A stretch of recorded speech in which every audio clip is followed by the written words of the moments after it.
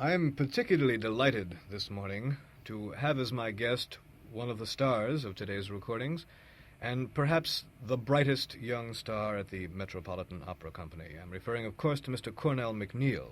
Mr. MacNeil, welcome to the show. Thank you. I'm glad to be here. I'd like to begin with your beginnings at the Met, if I can. You exploded, according to the New York critics, like a new star upon the scene with that sudden appearance as Rigoletto, I think it was, towards the end of the season before last.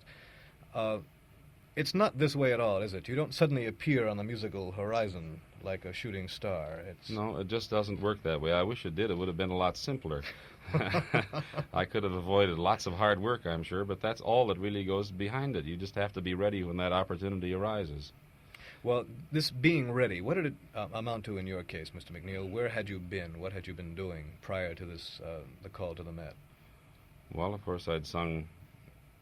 My operatic career started at New York City Center, and I spent several seasons there. I'd sung with San Francisco Opera Company. I'd sung with Chicago Lyric. I'd been in South America. I had made my debut at La Scala a few weeks before I made my debut at the Metropolitan. In fact, they came just about 2 weeks apart. And I had been working anyway. Yes, and in your chosen field. Yes. It wasn't constant. I mean, I had to do something else to make a living because you just don't make a living in opera when you start out in it. But I was fortunate to be able to do this, and it allowed me some freedom of choice, which is not always the case with a young career. Lots of times you have to do things, I think, that you really shouldn't do, and an ability to earn an income some other way allowed me not to have to make the mistakes or not to have to do the things that I shouldn't have done. This must be a tremendous problem, I imagine, to the young voice, the person just beginning. How do you make ends meet and at the same time work in your chosen area? Yes, it is. Well, may I ask this? Isn't it true that you were signed by the Met prior to that sudden appearance for the year following? Is that true? We had several months of conversations on various possibilities. We had agreed that I would be there the following season. I don't think all the details had been worked out yet. That was all. It became inevitable after that debut, I think. Well, yes, I was kind of trapped. That's right. When we got done with that. Well, I'm delighted to see that you were. Your chosen repertoire, then, would include, I would imagine, the great Verdi and basically the great Verdi baritone roles. This is the center, the nexus of your career. Is that right? Yes. In fact, my contract at the Met this year has nothing but Verdi in it. Well, I know that you opened the season in Nabucco. What are some of the other roles that you will be singing? Rigoletto and Aida, as far as I know. There are some other things that we've talked about later on in the season.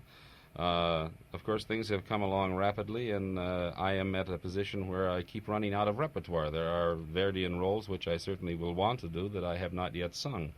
And I must look to preparing some of these. So I think probably while I am at the Metropolitan this year, I shall prepare Simone Boccanegra. Whether I'll sing it or not, I don't know. A marvelous role, one I'd love to hear you sing. Tell me something about Nabucco. This is an opera that got somewhat mixed reception after its opening night Metropolitan premiere. It was a Metropolitan premiere. What do you feel about this work, about Nabucco? Do you think perhaps it was hardly treated by the critics, or what? Well, I think it's as a work that you haven't a frame of reference on, in that it has never been performed in the house before, nor has it been performed for at least 100 years. There seems to be some confusion on the subject in New York City. You have a danger of going at it from the viewpoint of preparing it for a modern audience. It's full of miracles. Actually, I feel very strongly that the protagonist in it, and the central character, is God, literally, and that somewhere along the line you have to be careful that you don't slight God nor Verdi. The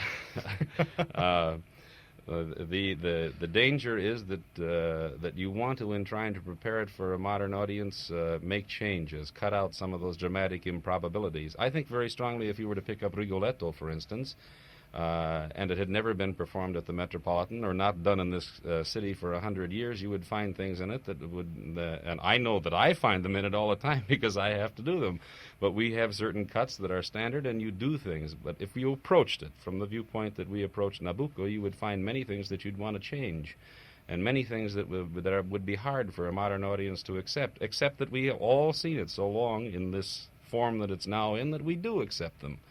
And I think you just have to meet Verdi square on down the middle of the road, and that sometimes he knows more about it than we do.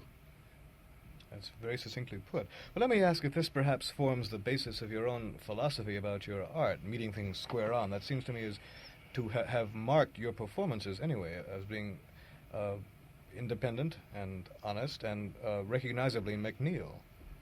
Well, I hope so. I mean, if you start going around trying to be somebody else, you have trouble, because then you have to support something either for the public eye or even for yourself, which is worse, that's not true. Tell me something. In recent years, you've been very active in front of the recording microphone. What was your first recording, incidentally? Your first major recording for a major label? La Fanciulla del West for Decca, for London here. London here. What about recording technique? You have one of the largest baritone voices extant. The volume that you can utilize is overwhelming. Do you change your technique at all in front of the recording microphone? No, I don't. I don't. I mean, it would be a great danger, in fact, if you tried to do this. It has become more difficult, of course, with the advent of stereo, in that you cannot do some of the things with a stereo recording that you can do with a monaural recording. I feel however, that some of the artists, let's say, who recorded in the days before stereo came along, got a better break because the attention was centered upon one set of microphones, and there was no necessity of moving beyond backing up or coming forward a little bit, where in stereo recordings we have to walk all over. We have a staged performance. And the end result of it is that those people who listen to it on monaural sometimes have a feeling that you're singing in a rain barrel. It comes out all right on stereo, but not necessarily well on monaural. This is a problem that I've noticed, as a matter of fact. Well, that leads to another point. Do you think perhaps there's been an overemphasis on stereo gimmickry in recent years? Very strongly. I think it's more or less a general trend in the industry as a whole. Every year when I walk into the room that has all of the equipment in it in the recording sessions, there's more and more and more of it, and it gets hotter and hotter, too. Those tubes give off a lot of heat in the middle of the summer in Rome. And I thoroughly expect to walk in someday and find that they have a man sitting at the console of a machine who will duplicate all the artists. I think the thing that they have lost is performance. All the notes are there. Everything is put together. You hear the triangles, you hear the basses, the pizzicati are beautiful, but you have lost the quality of performance. It's gotten to be mechanical, electronic, whatever it is. Do you think this is an inevitable trend, or can it be reversed? Well, I don't know whether it can be reversed or not, but I sure as hell am going to try, because I feel that. Well, perhaps that isn't fair, but I feel very strongly that the quality of performance must come back. Well, what do you think would be an answer to this? Perhaps recording longer stretches at a time, or forbidding the editing of takes, or what? How would you? I don't know. I am not that technically proficient in the recording. The actual difficulties of getting it down on tape and then making a performance out of it. In fact, Mrs. MacNeil and I were speaking about it the other day, and we decided that I was just going to have to go find a recording engineer somewhere and find out a little more about it, because I don't think that I can try and reverse this trend single-handedly from a lack of knowledge. I think you'd find a lot of support, though. I would. A lot of the mail that I receive seems to emphasize the same thing, a kind of bloodlessness about the recordings that are being made nowadays, a kind of emphasis on electronic techniques as opposed to vocal techniques. Mm-hmm. It's a little bit disturbing. Well, from your experience as a recording artist, who would you say has the single greatest amount of control in a recording session, the recording director or the conductor? There seems to be now a vying of interest. I know some of the labels give the recording director as much credit as the conductor on the physical printed label. Well, I think it depends upon. I think it depends on the company probably, and certainly it also depends on the conductor. Yes, I guess you wouldn't dare do that. It is a conductor's world. We have to face it. This is true, do you think, as much in opera now as it has been? Oh, yes. Perhaps even more so? I don't know. I haven't been around that long. Well, I was talking last week to an alumna of some of the Toscanini recordings, and of course there was complete dictatorial sway from the podium. In your experience in the more recent years, do you find that the singer perhaps has more latitude than somebody like Toscanini would allow? I don't think we really want latitude. I think it comes back to the problem of performance. I mean, what we want is ourselves. What we would want was our personality, if it's strong enough. Not simply latitude. This implies laxity or overt high notes or bad musicianship. And the singer is not a bad musician. The singers are better and better musicians all the time. And if you are sincere and if you study your part well, you will have just as valid ideas probably as the conductor will have. Most times it's not difficult to work them out. It gets. I think that some conductors in recording sessions particularly want to try things that they could not possibly try in the house.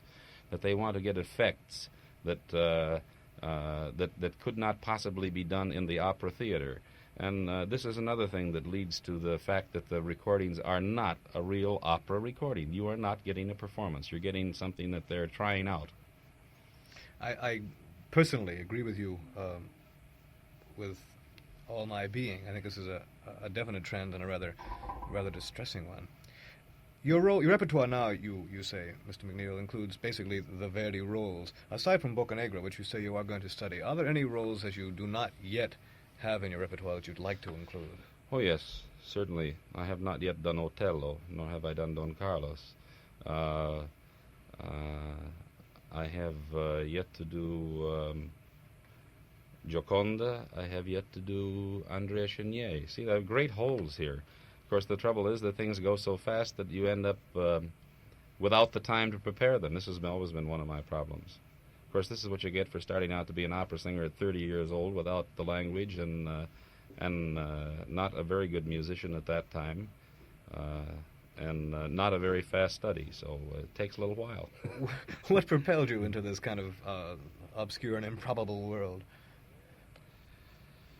Oh, I guess it was my experience in the consul. I had always been able to sing reasonably well. I didn't know why I could sing reasonably well, and I didn't really know a hell of a lot about how to sing. I just did. So I came up for the first time against trained people, against voices who had a technique. You might not have thought it was the best technique in the world, but it worked for them, and this is what's important. The performance was coming forth from them, and it was consistent. And they were fine musicians. And I realized that if I were going to go ahead in the business, whichever way I went, there were some things I needed to do. Giancarlo was, I remember one afternoon in a party he gave for the cast at Mount Kisco, and he and I and Mrs. MacNeil spoke for a while. And he encouraged me in this moment to go ahead in opera. And it seemed like the best thing to do was to quit singing, so I did for 3 years and studied. And I think this was a big turning point. May I say this, listening to the recording you made of the consul and listening to you now, it's not the same voice at all. It doesn't sound like the same voice. It isn't. And it's far more beautiful now, may I say. Well, that's good. Then I was right. I should have quit for 3 years and studied. I'm glad you didn't quit for longer than that, and I'm glad you're back with us now. What about some of your future plans, Mr. MacNeil? What are... do you have any concert plans, any more recording plans for the next few months? All recording plans aren't quite set yet, what will come up for next summer. Of course, they're always done in the summertime, or most always. And I have some concerts in the southern part of the United States when I finish at the Met in January. And I have 2 weeks off, courtesy of Mr. Bing and the Metropolitan, to go see my family at Christmas time. And I have another 6 weeks at home. In February and March. And whether I'll do any work in Europe during that time is sort of up in the air at this moment. it's a little hard to find the short period of employment that I would like to do so I can spend some time at home. This, I imagine, is a hazard of the trade. Well, it is, but I don't think it has to be a hazard of the trade. I think there are many things that can accrue to me and to my family. I have 5 children. That the business can give to you. Everybody seems to think that you must leave your children, that you must go on tour, and you must do all of these things, and that you simply have to sacrifice. I don't think so. I think it can work out both ways. I think I took my oldest son with me when I went to Teatro Colón in Buenos Aires, and he had a wonderful time. We had 2 revolutions and an earthquake. What more can a boy ask? And it was an enjoyable experience to have him with me, and I think that he got a great deal from it, and I'm in favor of this. There are many things that in my kind of business, in my career, that can be of great value to my family. Well, I sincerely hope so. May I say that your career has been, and I'm sure will continue to be, of great value to the opera listener. Mr. MacNeil, thank you very much for coming by this morning. I've greatly appreciated it. I've enjoyed talking to you. Thanks lots. I'm glad to be here.